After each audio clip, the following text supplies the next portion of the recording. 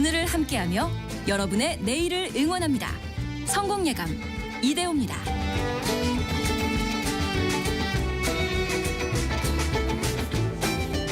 성공예감 이대호입니다. 2부가 시작됐습니다. 12월 24일 크리스마스 이브에 함께하고 있는 성공예감 이대호입니다. 2부입니다. 뭐 웃었죠? 거봐, 다 웃는 사람이 있다니까. 경제상식 퀴즈 정답 알려드릴 시간인데요. 정답은 소비자였습니다. 소비자. 생산자의 반대 막 이렇게 힌트도 드렸었고요. 조금 좋은 소식들이 들려야 되는데 오늘 아침에 나왔던 한국은행이 발표한 소비자 심리지수 88.4까지 떨어졌습니다. 기준점이 100인데 무려 한 달 만에 12.3포인트나 급락했습니다. 글로벌 금융위기 이후 한 달 만에 가장 많이 떨어진 소비자 심리지수였습니다. 그 이유는 말씀 안 드려도 아마 여러분이 더 잘 알고 계실 것 같고요. 조금 나아져야 되는데 저희가 그래서 오늘 좀 선물을 좀 많이 보내드리려고 합니다. 1293님, 문자 한 통으로 커피를 받을 수 있는 수익률 최고, 가성비 최고 방송 성공예감입니다. 유나, 윤재, 윤희 그리고 여보 사랑해 이렇게 또 크리스마스 이브 느낌 납니다.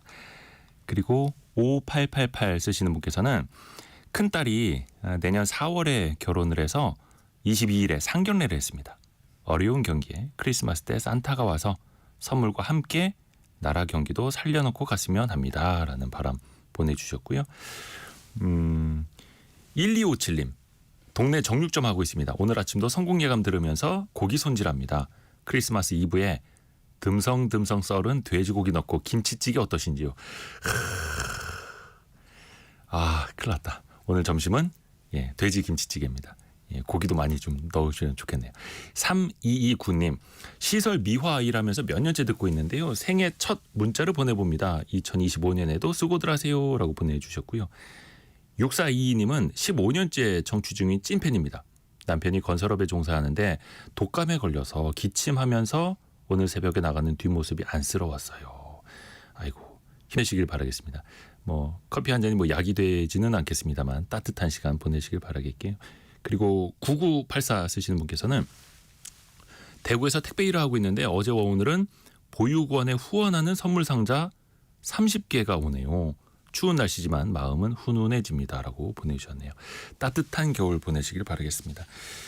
여러분의 의견 정답만 한 30분 동안에 읽어드리고 싶습니다만 여건상 그리고 뒤에 또 송일아 기자가 기다리고 있어가지고 증시 상황 한번 보겠습니다. 오늘 강보합으로 출발했던 코스피가 좀 약보합으로 돌아섰네요. 2436으로 5.6포인트, 0.23% 빠지고 있습니다. 코스닥은 0.17% 오른 680으로 조금 상승폭을 내주고 있고요. 원달러 환율은 1453원까지 올라갔네요. 어제 1452원을 기록을 했었는데 오늘도 원달러 환율이 계속 오르면서 원화가 약세 흐름이 멈추질 않고 있습니다. 1453원이고요. 시가총액 상위 종목들을 보면 삼성전자는 53,800원으로 0.5% 강보합, 하이닉스는 0.3% 약보합 상황이고요. 시총 상위 종목 중에서는 네이버만 1.2% 오를 뿐 대부분이 좀 약세를 기록을 하고 있습니다. 코스닥 내에서는 에코프로비엠이 3.9% 반등하고 있고요. 리노공업이 2%, 레인보우 로보틱스가 한 7% 오르는 등 오늘 좀 종목별로만 엇갈리는 흐름들이 이어지고 있습니다. 기술 기업들도 오늘은 좀 움직이고 있는데요. 올해 특히 전 세계 기술 트렌드가 AI 중심으로 움직였죠. AI를 빼놓고 이야기할 수가 없었던 한 해입니다. 그런데 또 이 테크 업계 다양한 사건 사고들도 많았던 한 해였거든요. 미래 생활사전 시간에 같이 한번 정리해서 들어보시죠. 특히 오늘은 실패했던 폭망했던 기업 이야기를 또 많이 해준다고 합니다. 서울경제신문 송일아 기자입니다. 안녕하세요. 네, 안녕하세요. 아니 왜 최악의 기술 이야기해 주시나요?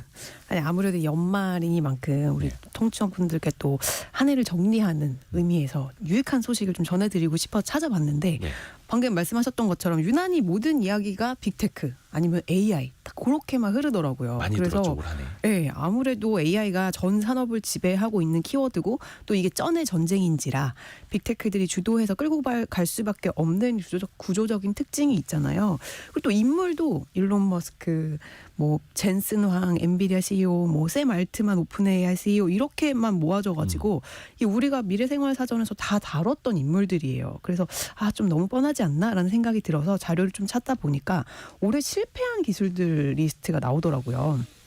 그래서 우리가 좀 주제를 약간 비틀어서 올해 실패한 기술을 보면 좀 내년의 트렌드를 또 한번 곱씹고 예상해 볼 수 있지 않을까 싶은 생각이 들었고 또 실패한 기술들이 그냥 갑자기 뿅 하고 나타난 게 아니에요. 대부분은 아직 때가 아니거나 유망하다고 해서 꾸준히 지금 기술 개발하고 있지만 아직은 상용화까지 가기엔 조금 부족하다. 그래서 실패 리스트로 선정이 된 곳들이 많거든요. 그래서 왜 우리 노벨상 할 때도 엉뚱하지만 기발한 연구에 주는 이그 노벨상이라는 그쵸. 것도 있잖아요. 근데 이그 노벨상을 받고 실제 노벨상을 받으신 분들도 있단 말이죠. 예, 그래서 이런 좀 실패한 기업들을 기술들 소개해 보면은 조금 좀 재밌지 않을까 싶어서 선정해서 가져와 봤습니다. 실패는 성공의 어머니. 네. 혹은 이제 타산지석 반면 교사로 삼을 그렇죠. 수도 있고요. 그러면 이 선정 기준은 어떻게 되는 거예요? 뭐 제가 자체 선정한 건 아니고요. 네. 여러 곳에서 비슷한 주제를 다루는데 가장 대표적인 게 MIT 테크놀로지 리뷰라는 사이트에서 매년 연말이면은 이 기술 분야 최악의 실패 사례 리스트를 발표를 하고 있어요. 그래서 올해도 지난 17일 날 어김없이 발표를 했고요. 이번에는 8가지 사례가 이제 소개가 됐는데 제가 시간 관계상 이 중에서 5개 정도만 오늘 소개를 해보도록 하겠습니다. 네. 그러면 5개 중에 첫 번째로 꼽을 수 있는 최악의 실패 기술은 어떤 겁니까? 바로 미국 대형 항공사죠. 보잉이 우주에서 친 대형 사고 스타라이너가 선정이 됐습니다. 우주에서 사고를 쳤어요. 그렇죠. 보잉 떠올리면 우리가 네. 명실공히 미국의 대표적인 전통 항공사이자 우주 기업이잖아요. 네. 이 미 항공우주국인 나사가 과거부터 이제 보잉이랑 협력을 해서 미국의 우주 산업을 이제 꾸준히 발전을 시켜 나가고 있는데 올해도 역시 이 나사가 보잉에 위탁해서 제조했던 이 유인 우주선이 있어요. 이 네. 우주선 이름이 스타라이너. 이게 근데 나사의 우주 비행사들을 태우고 우주를 출발을 했는데 홀로 돌아왔습니다. 우주 정거장까지는 간 거예요. 네, 갔어요. 예. 근데 기체 결함이 있어서 이 우주 비행사들은 국제 우주 정거장에 남겨두고 예. 빈 채로 돌아온 사건입니다. 원래 이게 8일간의 짧은 왕복 프로젝트였어요. 네네네. 근데 헬륨 누출과 추진기 문제로 이제 안전 문제로 빈 채로 돌아왔고요. 이 사건이 올해 최악의 기술 실패 첫 번째 사례로 꼽았습니다. 왜 간혹 이제 시내버스 고장 나면 네. 승객분들 내려드리고 뒷차 타시라고 하고 운전기사분만 이렇게 운전해서 가시는데 그렇죠.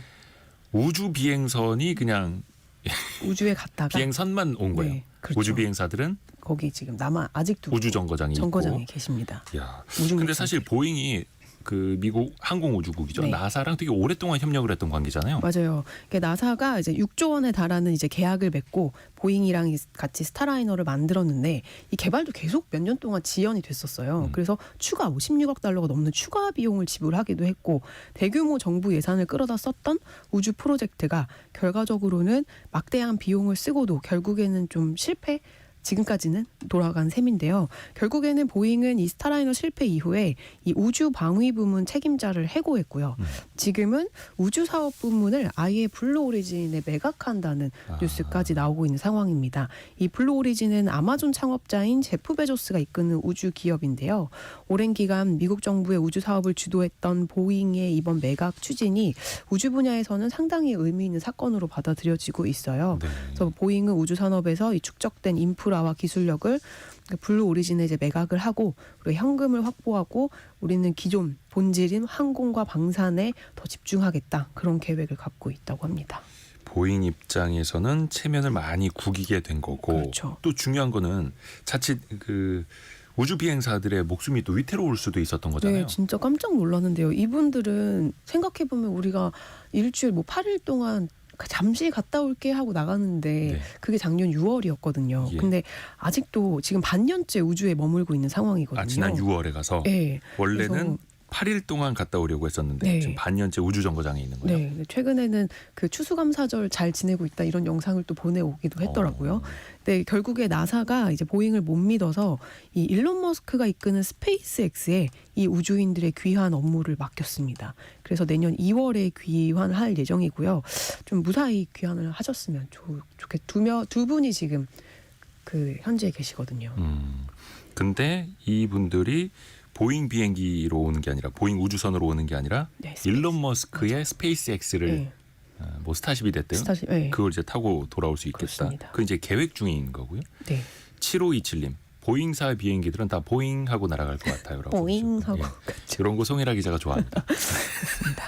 근데 일론 머스크 이름은 거의 매회 빠지질 않는 것 같습니다. 그렇습니다. 제가 이번에는 어떻게든 빼보려고 했는데 또 이 보잉에서 나오니까 저도 좀 깜짝 놀랐는데 이 아무래도 스페이스X가 내년 미국의 우주 산업을 좀 본격적으로 진두지휘하는 기업으로 떠오르지 않을까 그럴 가능성이 굉장히 높습니다. 특히 이 일론 머스크가 지금 정부 효율부 수장이 됐잖아요. 네. 그리고 그 전부터도 이 보잉의 기술 비전문가 관리자가 너무 많다. 그러면서 계속해서 이제 엄청나게 비판을 해왔거든요. 그래서 아무래도 좀 나사 예산을 쪼여서 보잉에 돌아가는 수주를 끊을 가능성까지 그런 얘기까지 지금 전망이 나오고 있어요. 경쟁업체잖아요. 그렇죠. 그래서 최근 이제 보도에 따르면 스페이스X의 기업 가치는 지금 3,500억 달러로 이제 한화로 501조 원이 넘습니다. 삼성전자보다 시가총액이 더 큰 겁니다. 훨씬 크죠. 예. 세계에서 가장 지금 가치 있는 민간 스타트업으로 우뚝 선 상황이고요. 머스크는 지금 뭐 제왕적인 권력을 휘두르면서 뭐 사실상 대통령이 아니냐 뭐 이런 비판까지 이제 민주당에서 받고 있는데 그만큼 또 스페이스X가 어떤 활약을 할지 저희가 좀 내년에 더 주의 깊게 지켜봐야 될 것 같아요. 근데 사실상 보잉의 앞날까지도 일론 머스크에게서 또 좌우될 수 있는 그렇죠. 그런 상황이고요. 어떻게 보면 이제 자본 대통령 또 이런 위치가 된 것 같기도 하고요. 두 번째 실패 사례는 어떤 겁니까? 네, 모두들 그 올해 여름에 있었던 그 죽음의 혹시 블루 스크린 사태 기억하시나요? 그때 공항이 거의 다 맞아요. 마비가 됐었던 항공기가 특히 이제 다 미국 유럽 결항이 쪽 되고. 심했죠. 맞아요. 그게 그 마이크로소프트의 장애로 이제 윈도우 운영 체제를 사용하는 전 세계 컴퓨터에 그냥 부팅이 안 되고 파란색 화면만 이제 뜨면서 이제 지금 부팅이 안 되고 있습니다. 막 이런 막 안내문이 뜬 거거든요. 컴퓨터들이 다 마비됐다. 맞아요. 이로 인해서 지금 그 당시에 전 세계에서 5천여 편이 넘는 항공기가 결항이 됐고, 뭐 JP 모건이나 UBS 같은 이제 금융사들도 이제 거래 처리를 못해서 이제 자금이 묶이고 뭐 대출 실행이 안 되고 이래서 금융, 항공, 방송, 통신 전 분야에 걸쳐서 IT 먹통 사태가 빚어졌는데요. 심지어 그 뉴욕 타임스퀘어 전광판이 전부 멈춰서 새카만 화면으로 이제 되는 진풍경이 연출이 되기도 했습니다. 이제 피해 규모가 아직 뭐 얼마다 하는데 1조 4천억이 넘는다 뭐 이런 얘기도 있고요. 근데 이 원인이 다름 아닌 그 마이크로소프트의 그 클라우드 보안 서비스를 제공하는 그 사이버 보안 업체 크라우드 스트라이크의 소프트웨어 업데이트 결함 때문이었거든요. 말도 어렵죠. 예. 근데 회사 측은 이번 일은 그 보안 사고도 아니고 사이버 공격도 아니다.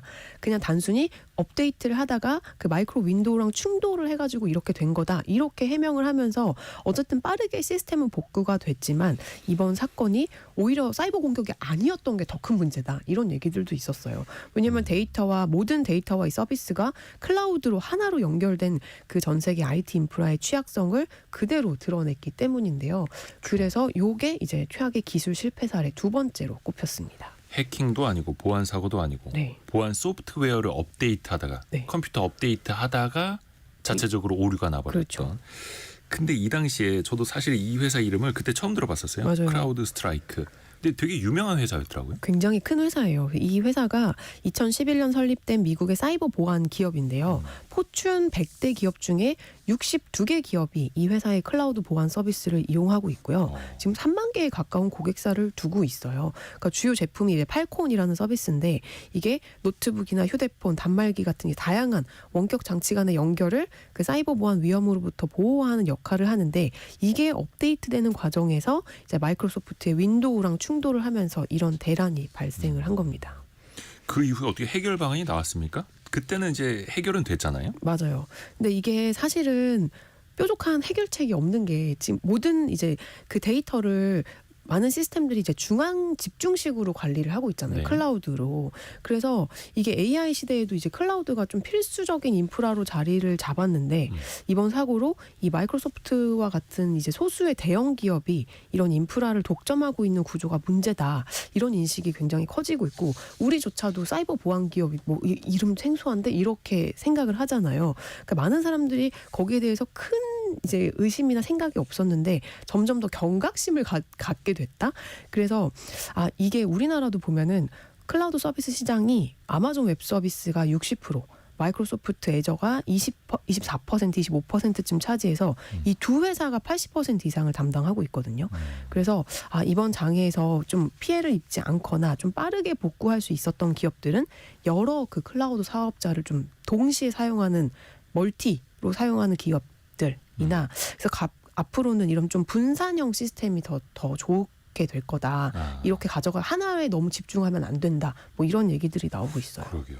근데 그 당시에 그 크라우드 스트라이크라는 이 보안 회사 주가가 반토막이 났었습니다. 맞아요. 근데 최근에 보니까 그 반토막 났던 주가가 다 회복이 됐더라고요. 그러니까 저점 대비 2배 올랐다는 거예요. 그러니까 전 세계 고객사가 3만 개가 넘고 그 회사 입지는 확고하다. 네. 또 이럴 수도 있겠고. 그렇습니다. 또 이게 한편에서는 그럴수록 사이버 보안에 대한 수요가 더 높아질 수밖에 없다 이런 거잖아요. 그렇죠. AI가 이제 발전을 하면서 실제로 뭐 이런 디지털 범죄도 급증을 하고 있고 그래서 사이버 보안에 대한 수요가 덩달아 증가를 하고 있잖아요. 그렇기 때문에 그렇게 대형 사고를 친 회사도 주가가 이미 날아가고 있는. 예. 엄청난 사고를 쳐놓고. 그렇죠. 예. 그래서 미국 사이버 보안 또 대장주인 이제 팔로알토 네트워크스나 네. 또 클라우드 플레이어, 심지어 진짜 이 클라우드 스트라이크조차도 올해 주식이 다 올랐습니다. 이래서 이런 트렌드, 좀 사이버 보안이 점점 더 중요해질 거다. AI 시대에 그런 트렌드를 보여주고 있는 한 사례라고 볼 수 있고요. 근데 아쉬운 거는 이제 미국은 그 연방 정부 부처의 사이버 보안 관련 지출을 전년보다 15% 가까이 늘릴 걸로 지금 예상이 되고 있는데 국내에서는 아직 사이버 보안 기업들이 대부분 사이즈가 굉장히 작습니다. 중소형사들이 많고 정부도 이 예산이 좀 소극적인 예산에 그치고 좀 내년에는 오히려 이 정보 보안 사업 시장이 예산이 오히려 줄었어요. 그래서 조금 그 부분은 약간 아쉬운 부분. 우리가 조금 더 경각심을 갖고. 그렇죠. 우리나라에도 그 보안 기업들이 많이 있습니다만 이른바 이제 주가 밸류에이션도 많이 못 받는 맞아요. 이유가 내수에만 한정되어 그렇죠. 있고 사실 이제 해외 진출이 쉽지 않죠. 외국 기업들이 해외 기업의 보안 서비스를 이용할까? 약간 그것도 그렇죠. 이제 좀 맞아요. 리스크가 있다고 그들은 또 볼 테니까요. 그래서 이 사이버 보안도 그렇고 디지털보다는 또 아날로그가 나을 때도 있습니다. 라디오처럼요.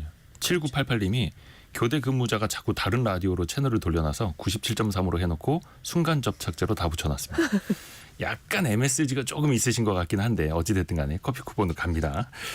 자, 이제 세 번째 실패 사례 한번 볼까요? 네. 어떤 기술이 또 대차게 망했습니까? 그 세 번째와 네 번째 실패 사례는 모두 기후 변화라는 키워드랑 관련된 기술이에요. 상상을 한번 해보십시오. 여러분 기후 변화에 따른 그 두려움을 언제 제일 많이 느끼세요? 저는 올해 들어서 그렇죠. 비가 억수같이 내리거나 여름에도 엄청 더웠죠. 날씨가 진짜 지독하게 덥거나 추울 가을에도 때면 더웠고. 문득문득 그 기후 변화의 두려움이 확 이제 와닿는데요. 최근 몇 년 사이에 이 농업 분야에서는 기후 변화에 대한 대안으로 스마트팜 이라는 단어 자주 들어보셨죠? 이런 단어가 자주 등장을 했는데 그 중에서도 버티컬 파밍, 우리말로는 수직 농장. 수직 농장. 이라고 해서 그 실내에서 이제 농산물을 켜켜이 쌓아서 재배하는 이른바 식물 공장이 핫 이슈였거든요. 근데 미국에서도 몇 년 사이에 이 각종 기술들이 이제 좀 접목이 된 수직 농장이 한때 벤처 투자금을 이제 흡수하는 정말 청소기 같은 존재였어요. 근데 이 수직 농장이 올해 줄줄이 다 문을 닫았습니다. 그래요? 네, 이게 그 로봇이나 뭐 LED 조명을 사용해서 건물 안에서 상추를 뭐 수경 재배하는 수직 농업 스타트업 바워리 파밍이라는 곳이 대표적이었는데 네. 이게 지난달 파산을 했고요. 이 CB 인사이츠는 이 회사의 파산을 올해 가장 큰 스타트업 실패작으로 선정을 하기도 했습니다. 바워리 파밍이라는 네. 회사 이름. 네, 2015년에 설립된 이 기업은 뭐 유명 가수 저스틴 팀버레이크, 뭐 영화배우 나탈리 포드만 같은 유명인들로부터 거의 1조 원에 달하는 투자금을 유치를 했었거든요. 그래서 기업 가치만 해도 한때 3조 2천억이 넘는 이제 기업 가치를 기록을 했는데 결국에는 셧다운, 문을 닫게 됐습니다. 수직 농업 그러니까 이게 빌딩형으로 농장 이제 수직형으로 짓는 네. 거고 실내에서 네. 작물을 키워보겠다라는 건데 되게 유망하게 많이 꼽혔던 거잖아요. 맞아요. 처음에는 막 획기적이라고 했죠. 그러니까 아무 뭐 이게 그냥 땅에서만 키우는 게 아니고 켜켜이 이렇게 수직으로 쌓아 올리니까 생산량이 이제 일반 작물보다 뭐 100배가 더 많아질 거다. 막 이런 얘기들도 그러니까 있었고. 공간 효율성도 좋다 막 공간 이랬었는데. 효율성 좋고 날씨와 무관하게 네. 또 키울 수 있고 하니까 근데 이게 결국에는 상추 한 장으로는 수지 타산이 안 맞았다는 거예요.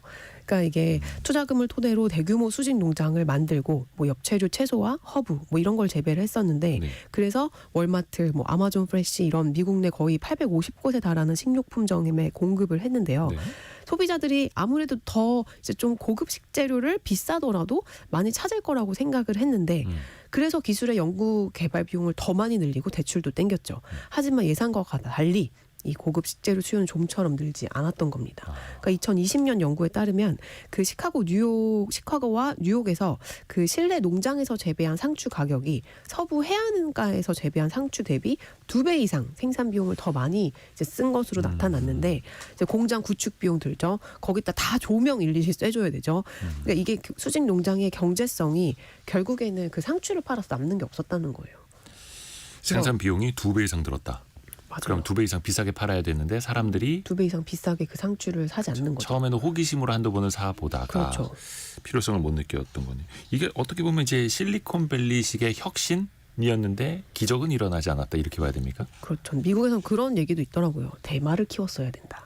그러니까 상추로는 수지 타산이 안 맞으니 조금 더 비싸게 팔 수 있는 물건을, 그러니까 객단가가 높은 물건을 재배를 했어야 된다. 이런 얘기들도 있고. 이건 그래서 또 나라의 어떤 그 규정에 따라서. 그렇죠. 일부 이제 이 수직 농장 하는 기업들은 베리류를 키우기도 했어요. 그건 좀 그래서 비싸니까. 좀 비싸니까. 근데도 이제 워낙에 기술 개발 비용이 많이 들어갔고 그리고 사실 이제 많은 수직 농장들이 우리 농업해요라기보다는 우리 기술 기업이에요라고 해갖고 투자금을 유치를 했을 거 아니에요. 그러면은 뭐 컴퓨터 비전 써야 되고 인공지능을 사용해서 우리가 식물도 모니터링하고 뭐 잡초도 뭐 골라가지고 뽑고 이런 것들을 조금 더 기술을 더 강조를 하다 보니까 이 비용이 점점 더 비싸지게 된 거죠. 그러니까 실제 R&D에 엄청나게 과다 지출을 했고 경제성에서 낙제점을 받았다고 이제 보고 있고요. 혹자는 자동화를 위한 자동화 때문에 망했다. 뭐 이런 조언도 나오고 있습니다. 그래서 이게 아무래도 사실 미국 투자자, 그러니까 VC들이 스타트업을 평가할 때 이 스토리텔링이나 CEO의 어떤 그런 어떤 이미지와 비전. 네, 이런 거에 좀 점수를 많이 줘서 돈을 쏴주는데 이제 거기에 이제 조금 멋있어 보이려고, 그러니까 기술을 더 우리가 뛰어난 기술을 갖고 있다 이런 좀 거를 포장하려고 농업이라는 본질을 약간 흐리지 않았나 그런 생각이 조금 들긴 하더라고요. 본질은 농업인데 결국은 네. 기술을 위한 기술, 자동화를 위한 자동화 아니었느냐. 그렇죠. 이 실패의 사례를 통해서 많은 분들이 또 이제 느끼게 되거든요. 근데 또 국내에서도 스마트팜 기술이 또 계속 개발되고 맞아요. 있으니까 또 한켠에서는 잘 되기를 또 바라는 마음도 왜냐하면 있고요. 필연적으로 갈 수밖에 없는 그런 흐름이잖아요. 기후 변화 때문에. 그러면 결국에는 이 생산 단가를 어떻게 낮출 것이냐의 네. 싸움이 될 수도 그렇죠. 있겠네요. 네 번째 시행착오 혹은 실패. 이것도 기후변화 관련된 거예요? 네, 맞습니다. 그 네 번째 실패 기술은 자발적인 탄소 배출권 거래 시장입니다. 그러니까 나무를 심거나 뭐 네. 고효율의 전자레인지를 사면 제로 배출 달성과 함께 우리를 이제 지구를 구하는데 도움을 줬다 해가지고 이제 그 전문가가 온실가스 감축량을 산출을 한 다음에 이거를 이제 크레딧으로 발행을 해주잖아요. 탄소 배출권을. 그래서 이거를 좀 자발적으로 거래하는 그런 플랫폼들이 이제 좀 많이 생겨났었는데 우리나라에서도 이제 거래소를 통해서 탄소 배출권 거래가 되죠. 그렇습니다. 예. 근데 미국에서 그 대표적인 탄소 배출 거래 플랫폼인 노리가 올해 문을 닫았습니다. 회사 이름이 노리. 네, NORI 예. 노리였는데 올해 문을 닫았고요. 또 탄소 포집을 위해서 대형 그 조류를 활용하는 접근 방식으로 이제 작년도에 주목받는 해양 탄소 제거 기업 10곳 중 한 곳으로 선정이 됐었던 러닝타이드라는 곳도 올해 폐업을 했습니다. 이 CEO가 폐업을 알리는 게시물에 뭐라고 썼냐면 문제는 자발적인 탄소 시장이 자발적이라는 것. 이라고 얘기를 했어요. 그러니까 아까랑 비슷한 맥락인데 수요가 굉장히 부족했다는 거죠. 그러니까 기술이 모호할 뿐만이 아니고 이 크레딧을 주는 그 대상자들, 그러니까 기관들도 공신력이 있다고는 하지만 약간 신뢰성이 좀 떨어지고 그래서 이게 그런 그 사람들의 수요가 점점 더 줄어들고 있었기 때문에 실제로는 지난 10월 달엔 또 무슨 일이 있었냐면 검찰이 존재하지 않는 배출량 절감 그 배출권을 1억 달러 규모의 사기를 친 남성을 기소를 하기도 했거든요. 그래서 결국에는 높은 가격 또 낮은 신뢰성이 수요 감소로 이뤄진 게 아니냐 이런 얘기들이 나오고 있습니다. 이게 기술 혹은 이제 시장에 수요가 없었기 때문에 네. 실패를 했을 텐데 어떻게 보면 창업부터 좀 사기성이 있었다 이렇게 보는 사람도 있을까요? 사실 사기까지는 의도는 좋았다고 전 생각해요. 의도는 좋았다. 네, 러닝타이드라는 회사는 2017년도에 설립된 회사인데 이게 탄소 절감을 위해서 이제 조류를 활용하려는 접근 방식으로 이제 5천만 달러 이상 초기 투자를 이끌어냈었어요. 네. 그리고 실제로 지난해에는 2만 5천 톤 이상의 이산화탄소를 제거한 실제 몇 안 되는 기업이기도 했고요. 네. 100명 이상 직원을 고용을 하기도 했습니다. 그래서 뭐 마이크로소프트나 스포티파이 같은 유수 기업들이 고객사를 두고 있었고 뭐 딜로이트 뭐 이런 컨설팅 기업이랑도 파트너십을 맺었었는데 폐쇄의 결정적인 이유는 계속 얘기했지만 크레딧에 대한 수요가 부족했기 때문이에요. 근데 요새 기업들 봐도 생각보다 예전만큼 ESG에 대한 얘기가 그렇게 많이 나오진 않는 것 같더라고요. 이게 약간 또 트렌드를 타는 것도 있는 것 같고. 그래서 또 뭐 경제 수익성 그렇죠. 그리고 또 그것도 신경할 수 구조적으로 없고. 경기가 안 좋아지고 금리 올라가고 또 막 이러니까 이제 ESG는 약간 조금 이렇게 좀 수면 아래 다시 가라앉는 건가 이런 생각도 저는 올해 많이 했거든요. 그래서 실질적으로 이 자발적인 탄소 이제 탄소 배출권 거래 시장도 지난 9개월 동안 훨씬 작아졌다고 합니다. 근데 블룸버그에 따르면 이 우후죽순으로 800개가 넘는 탄소 제거 기업들이 생겨났었는데 네. 그들 중 대부분이 지금 러닝타이드와 같은 운명을 맞을 가능성이 크다 이렇게 전망을 하기도 했습니다. 근데 아무래도 근데 또 기후 변화 문제는 계속 말씀드린 것처럼 계속 점점 더 진행이 되고 있는 만큼 이 수요를 좀 늘리기 위한 다양한 시도들도 또 생겨나지 않겠나 그런 생각도 들어요. 사실 이게 환경과 관련된 기술 또 이 산업의 발전이 어떻게 보면 정책의 영향을 되게 많이 받잖아요. 그렇죠. 또 이번에 또 트럼프가 재선 다시 한번 이제 재임에 성공을 하면서 친환경 정책은 또 후퇴할 것이라는 또 우려도 커지고 있고 올해 들어서 이제 실패한 기술 또 산업 정리하고 있는데 우주 비행사들을 우주에 남겨놓고 왔던 보잉사 그리고 전 세계 공항을 먹통 사태로 만들었던 마이크로소프트 또 크라우드 스트라이크 이야기를 했었고 그리고 수직 농장 자발적인 탄소 배출권도 어찌됐든 간에 미국에서는 실패 사례가 나왔다 이야기를 했는데 마지막 5번째는 어떤 겁니까? 네, 이 5번째도 역시 대표하는 기업이 있는데요. 이제 먼저 제가 어떤 기업인지 한번 예상해 보시라고 네. 설명을 쭉 드려볼게요. 일단 이 기업은 심지어 이 MIT 테크놀로지 리뷰 이 실패한 기술을 꼽은 이 이제 그 회사에서 2017년도에 선정한 50개 최고 스마트한 기업 4위에 올랐던 기업이에요. 그래서 그 앞에 3위가 뭐 엔비디아, 스페이스X, 아마존, 알파벳 이런 기업들이랑 어깨를 나란히 했던 기업이고요. 네. 올 여름에 이제 작고한 유튜브의 전 CEO 수잔 워츠츠키의 여동생이 창업한 기업입니다. 근데 이분이 또 구글의 이제 공동 창업자였던 뭐였죠 이름이? 구글의 네. 공동 창업자 갑자기 세르게이 브린 브린 그분의 갑자기 전 와이프이기도 합니다.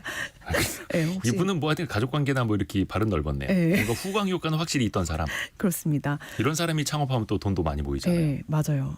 바로 유전자 빅데이터 분석 기업인 23&me라는 기업인데요. 이게 뭐냐면 고객이 그 전용 키트에 침을 한번 탁 뱉어가지고 회사로 보내면 이제 의료기관을 별도로 거치지 않고도 유전자 분석을 통해서 암, 뭐 당뇨, 파킨슨병 같은 이제 질병 발병 위험과 이제 본인의 그 혈통에 관한 정보를 제공하는 기업으로 2006년도에 설립이 됐었어요. 그래서 이분 이제 성함이 앤 워치츠키라는 분인데 이제 처음에는 그 침으로 이제 유전 정보를 알려주고 그 다음에는 이제 그 거기에 관련된 치료제 개발까지 하는 그런 종합 헬스케어 회사로 이제 키우겠다라고 하면서 엄청난 투자금을 끌어들였고 이제 셀럽들까지 마케팅에 가세해서 승승장구했지만 결국 이 실험은 실패로 돌아갔고요. MIT 테크놀로지 리뷰가 본인이 직접 꼽은 5번째 실패 기술에 선정이 됐습니다. 지금 상장 폐지 수순을 밟고 있어요. 아, 그래요. 네. 그러니까 유튜브의 전 CEO였던 수잔 워치츠키의 여동생 네. 앤 워치츠키가 설립을 했던 회사, 당연히 주목을 받았을 텐데, 그리고 또 이게 유전자 분석도 네. 미래 기술로 당연히 유망하다고 꼽히는 그렇죠. 거잖아요. 근데 왜 실패했을까요? 어떤 기술의 문제였습니까? 아니요, 역시 문제는 수익성이었어요. 그러니까 일단 침을 통한 유전자 그 혈통 검사가 뭐 사람들이 흥미롭게 한 번 정도는 해볼만 하지만 네. 이게 정기적으로 회사의 수익을 가져다 줄 만한 수익원은 아니었고, 그러니까 일회성에 그쳤다는 이제 그런 분석이 있고요. 그 회사는 이제 전립선 암 진단 솔루션 같은 이제 11종의 유전체 기반 질병 진단 또 예측 서비스를 출시를 하고 이제 치료제 후보 물질까지 발굴을 해서 임상 실험까지 했어요. 근데 아시다시피 임상이라는 게 1, 2년에서 되는 게 아니잖아요. 그래서 아까 그 수직 농장처럼 수익 대비 손실 규모가 기하급수적으로 커졌기 때문에, 게다가 지난해 또 유전 정보 유출 사태까지 있어가지고 신뢰성까지 훼손을 받으면서 이제 지금 올해는 이사진 7명이 전원 사임하는 그런 사건까지 일었습니다. 아이고, 그래요. 근데 그 듣다 보니까 예전 또 다른 사례가 네. 생각이 납니다. 그 왜 엘리자베스 홈즈라고 여러분 기억하실지 모르겠습니다만 테라노스라는 회사의 CEO였고, 네, 맞아요. 이분이 당시에 여자 스티브 잡스다라고 네. 하면서 또 엄청나게 막 언론에서 추켜 세웠었잖아요. 그렇죠. 근데 당시에는 되게 이게 사기성이라고 맞아요. 밝혀졌었고. 결국에는 이 테라노스는 이제 그 손가락 끝에서 그 피 한 방울, 피 한 방울. 채취로 이제 250개 질환을 진단할 수 있다. 이렇게 했는데, 근데 이 테라노스는 사실 정말 사기였고요. 이 23엔드미는 사기는 아, 근데 뭐 이게 뭐 침과 피라는 이제 질병 진단이라는 어떤 그런 획기적인 아이디어를 가지고 왔는데, 이 테라노스는 결국 사기극으로 밝혀져서 CEO가 징역 15년형을 구형을 받았어요.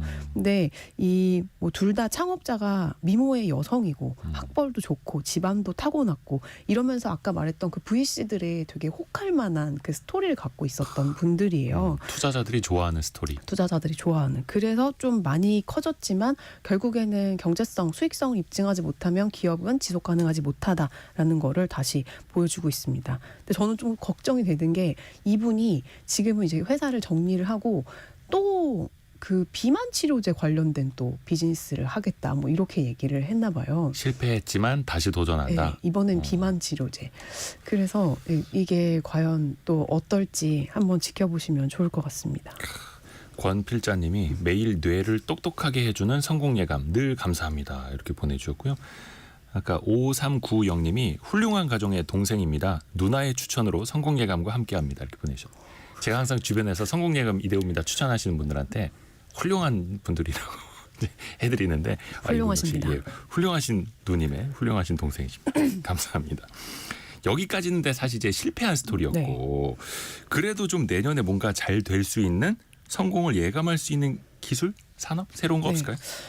그거 있죠. 근데 그 얘기를 하기 전에 그 MIT 테크놀로지 리뷰가 또 여기도 이제 기사를 쓰고 해야 되니까 매년 또 컨텐츠를 생산을 해야 되잖아요. 네. 그래서 매년 초에 그해 가장 중요하다고 생각하는 10대 혁신 기술 리스트를 또 발표를 해요. 아직 내년 거는 발표가 안 됐는데, 근데 그 전에 그 아쉽게 떨어진 리스트를 또 발표를 해요. 어디에 떨어진가요? 어떤 혁신성에서요? 아니면 진짜 망한 거에서? 아니, 10개 이제 내년에 발표할 그 10개 중에 후보에 올랐는데 아쉽게 선정되지 않았던 그 막판까지 고민하다가 제외하기로 했던 3가지 기술을 최근에 또 발표를 했어요. 그래도 뭔가 혁신 기술에서 10개 안에 못 들었던 거니까 그래도 나쁜 그렇죠. 건 아니네요. 그렇죠. 좋은 탑 기술. 13개 중에 들었던 기대되는 기술. 예. 근데 그거를 먼저 언급을 하고 넘어가고 싶어서, 네네. 첫 번째가 그 물리적으로 존재하진 않지만 그 정보통신 기술을 이용해서 뭐 재생 에너지와 에너지 저장 장치, 뭐 이런 뭐 전기차 같은 분산 에너지 자원을 다 통합해서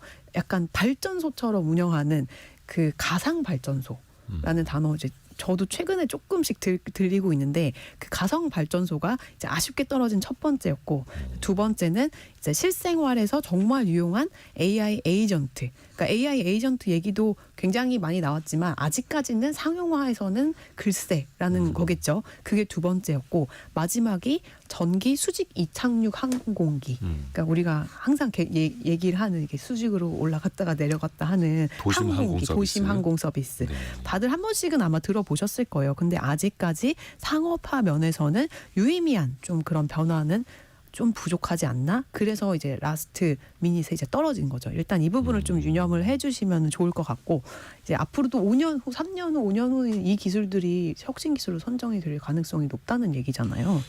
근데 그 중에서도 작년에도 그랬고 올해도 그랬고 뭐 AI, 인공지능 빼놓고는 얘기할 수가 없을 그렇죠. 거예요. 사실 제가 일부러 인공지능 얘기는 거의 안 했어요. 아까 그 실패한 기술 8개 중에 5개만 얘기했잖아요. 네네네. 그 나머지 3개 중에 2개가 인공지능 관련이었거든요. 음. 근데 인공지능 얘기는 일부러 약간 좀 배제를 했는데, 그래도 내년에 유망한 기술 중에 당연히 인공지능 관련된 기술이 많겠죠. 네. 그러니까 일단은 먼저 AI 발전 단계를 4가지 좀 범주 단계로 설명을 하고 있는 이제 기관들이 있더라고요. 그러니까 제일 먼저 AI의 코어인 인프라를 까는 거.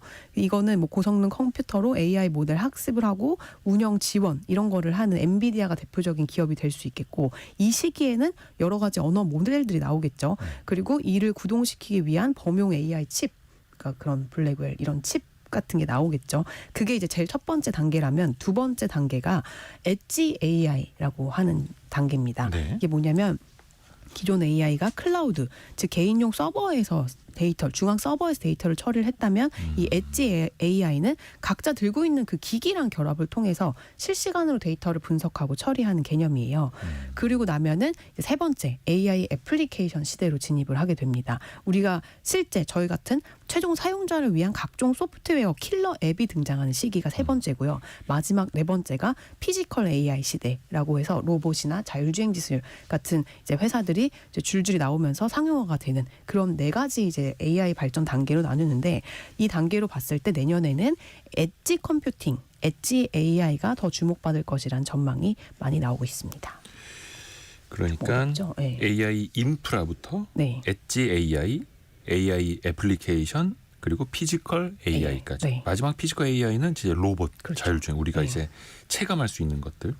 근데 엣지 컴퓨팅이라는 이야기 잠깐 해주셨는데, 네. 요거 구체적으로 뭔지부터 좀 설명해 주세요. 그게 데이터를 이제 생성한 데이터를 처리를 할 때 중앙 서버에서 하지 않고 그 데이터가 생성된 그 위치에서 처리를 함으로써 그 지연 시간이 점점 줄어들고 실시간 이제 처리하는 그런 최적화 과정이 있는 컴퓨팅이라고 보시면 돼요. 근데 보안 문제에서도 아무래도 좀 상대적으로 자유로울 수 있겠죠. 그래서 제조업이나 통신, 공공 부문에서 지금 빠르게 확대가 되고 있는데요. 예를 들어서 자율주행 차량의 순간적인 의사결정, 또 지연이 느껴지지 않는 그 어떤 상호 실시간 게임, 실시간으로 즉각 반응하는 영상 처리 기술 같은 거를 들 수 있는데요.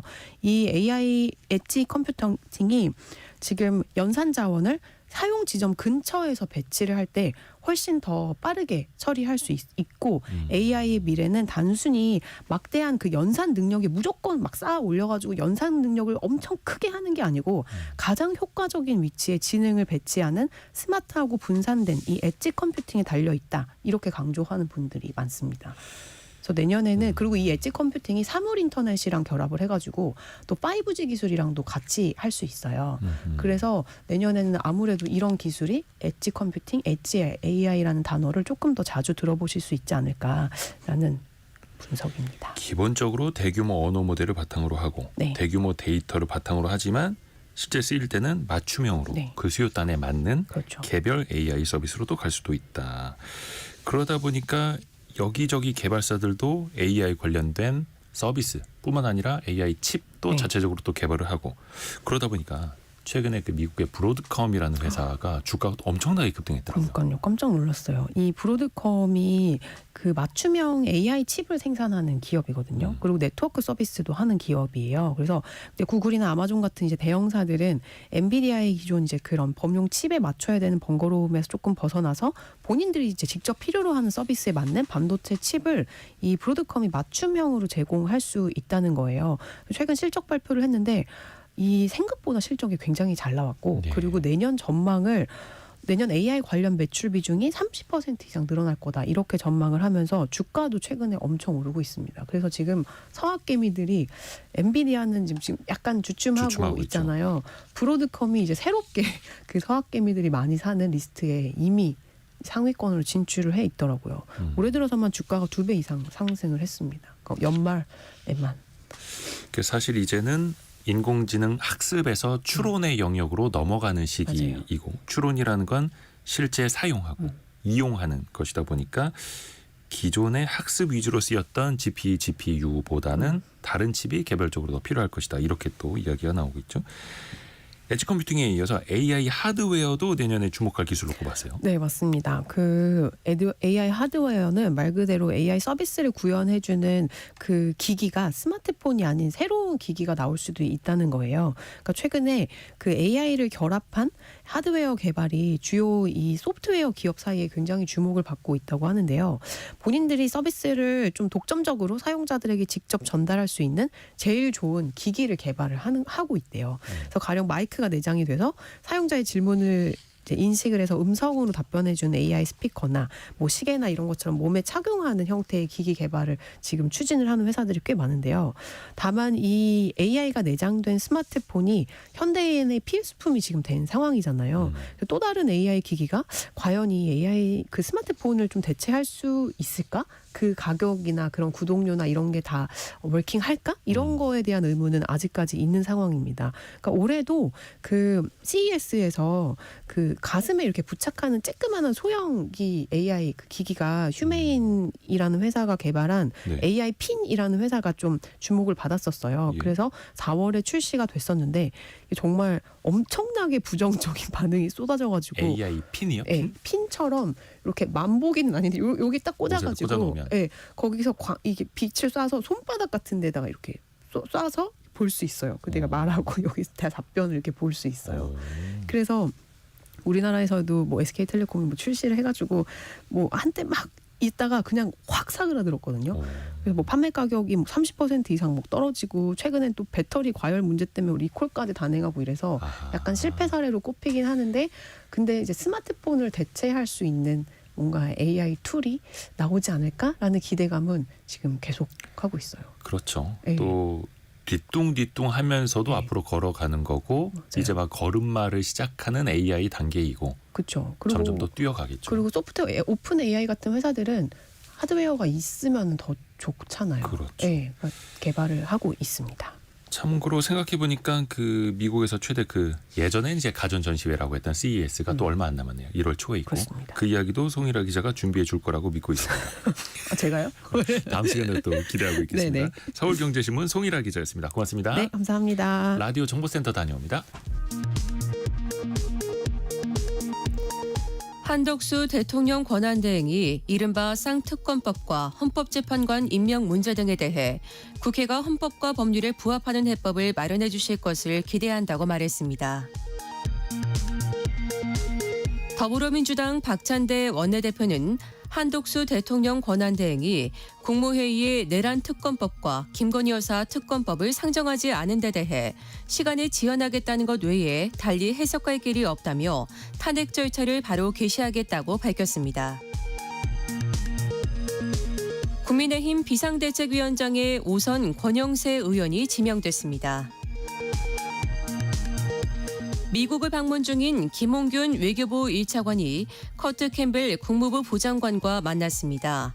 한미 외교차관은 한미동맹 강화를 강조하며 연기됐던 주요 외교 안보 일정을 완전히 재개하기로 했습니다. 최상목 경제부총리 겸 기획재정부 장관이 내년 우리 경제 성장률이 1%대에 그칠 가능성이 커 보인다고 말했습니다. 그러면서 최근 정치적 상황 때문에 심리가 위축되고 있고 또 통상의 불확실성도 있다고 진단했습니다. 지금까지 라디오 정보센터 뉴스 정한나였습니다. 애프터 서비스 유혜진 리포터와 함께합니다. 안녕하세요. 네, 안녕하세요. 우리 청취자분들의 질문 들어볼까요? 네, 어제 경제뉴스 브리핑 시간에 채무조정과 개인회생 신청자가 역대 최다를 기록했다는 소식 전해드렸는데요. 위재성님, 한 달 전 채무자가 파산 신청을 해서 몇 억대의 손해를 봤습니다. 아이고야. 이럴 때 어떻게 해야 합니까? 하고 질문하셨습니다. 일단 이 채무자의 파산 신청 법원에서 이걸 받아들여 주면 네. 다른 돈은 이제 받을 수가 없게 되죠. 왜냐하면 이제 파산 신청할 때까지의 그 남아 있는 재산을 가지고 네. 파산 관제인이 다른 채무자들의 재산을 매각하거나 이제 분배해서 나눠주게 되는데 그게 네. 얼마 남지 않았다라면 받기는 좀 힘들어질 수가 있겠고요. 일단 그게 얼마 남아 있을지는 모르니까 법원이 파산 절차 시작된 걸 이제 공고하게 되면은 꼭 채권 신고를 통해서 네. 본인이 받아야 될 빚이 얼마가 있다라는 네. 걸 일단은 또 신청은 하시길 바라겠습니다. 다음 질문은요? 네, 어제 슬기로운 세무생활 시간에 세금 체납 시 대응법에 대해 알아봤는데요. 박희영님, 세금 경정 청구는 상시 가능한가요? 하셨습니다. 116 국세 상담센터에 문의를 해봤고요. 경정 청구란 이미 신고하고 납부한 세금 중 과다 납부된 금액을 돌려받는 제도입니다. 세법 적용 오류나 공제 항목 누락 등의 실수를 바로잡기 위해서 법정 신고 기한으로부터 5년 이내라면 상시로 신청할 수 있고요. 반대로 세금을 덜 냈다는 게 발견이 돼서 처분 통지를 받은 경우에는 이미 납부를 했거나 국세청의 입장과 신고자의 입장에 차이가 있는 경우 90일 이내에 해결을 해야 합니다. 아이고, 네. 그리고 4911님이 판매한 상품의 대금이 결제 완료돼야 부가세를 내는 것 아닌가요? 라고 물어보셨어요. 네, 부가세는 원칙적으로 대금 수령 여부에 상관없이 재화가 인도되거나 용역이 완료되면 그때를 기준으로 세금 계산서를 발급해야 하고 신고 기간에 신고 납부해야 합니다. 즉 외상으로 매출이 발생해도 신고하고 내야 하는 것이고요. 신고를 했는데 돈을 못 받았다면 일단 회수를 위한 노력을 하고 외상한 사업자가 폐업하거나 외상 매출금이 2년이 지나면 2년이 경과한 날에 속하는 과세 기간에 대손세액 공제로 확정 신고할 수 있습니다. 네. 그리고 마지막에 김승일 님이 채권은 중간에 가격 변동이 될 수 있지만 네. 만기까지 가져가면 원금과 확정금리를 보장받는 게 맞나요? 질문 주셨는데 원칙적으로는 그게 맞습니다. 네. 해서 중간에는 평가 손실이 있더라도 만기까지 가져가면 만기의 원금과 그리고 네. 이자를 함께 받을 수 있는 게 채권이라는 상품이고요. 다만 이거는 원칙적으로 돈을 빌려주는 거기 때문에 돈을 빌려간 그 상대방 회사가 됐든 국가가 됐든 파산을 하면 안 되죠. 채무 불이행을 선언해서는 안 되죠. 그래서 그 돈을 빌려간 채무자의 신용도가 무엇보다 중요하다라는 것 꼭 아셔야겠습니다. 유혜진 리포터 고맙습니다. 감사합니다. 성공예감 이대호입니다. 메리 크리스마스. 크리스마스 이브 때 보내드렸던 1, 2부 모두 마칠 시간이고요. 오늘 제가 소개해드렸던 문자메시지 보내주신 모든 분들께는 커피 쿠폰이 갑니다. 내일 또 크리스마스 때 또 행복한 인사 또 드릴게요. 내일 아침 9시 5분에 다시 찾아뵙겠습니다. 성공예감은 오늘도 여러분을 응원합니다.